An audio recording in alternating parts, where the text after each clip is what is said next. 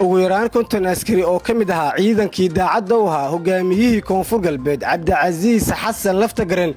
ayaa u galay maamulka cusub ee Koonfur Galbeed waxaana lagu soo dhaweeyay magaalada Beedhabo ee gobolka Baay tan iyo dhamaadkii bishii Maaj ee sanadkan ciidankan ayaa ku sugnaa duleedka magaalada Beedhabo markii magaaladan laga saaray maamulkii uu hogaaminayay Cabdicasiis Xasan Laftagaren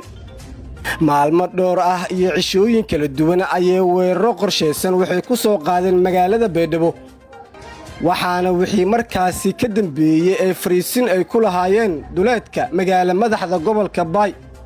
saraakiil aan la hadalna ayaa inoo sheegay in ciidankan oo tiradooda ay gaarayso 50 askari sidoo kalena uu hogaaminayo gudoomiyihii hore ee deegaanka Oodile